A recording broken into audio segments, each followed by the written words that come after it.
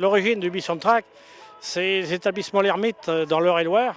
À l'époque, il manquait de puissance en tracteur, c'était des 40, 50, 60 chevaux maximum. Donc, ce sont les Américains, les premiers à assembler des tracteurs, les Anglais et les Français l'ont fait avec les Somme 40. Donc, un exemplaire ici qui a été reproduit.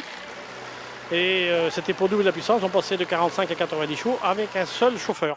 C'était la base. Donc, ça travaillait dans les plaines de la Beauce. Donc ils entraînaient 5 ou 6 corps de charrue derrière.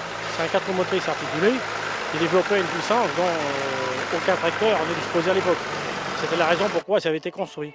Et en plus, ce Bisson Track, le Somme 40, avait été fait et conçu de manière à pouvoir fonctionner les deux tracteurs séparés, si on voulait les séparer pour fonctionner indépendants.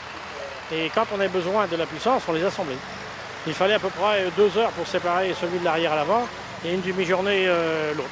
C'est pas une restauration parce que c'est une construction.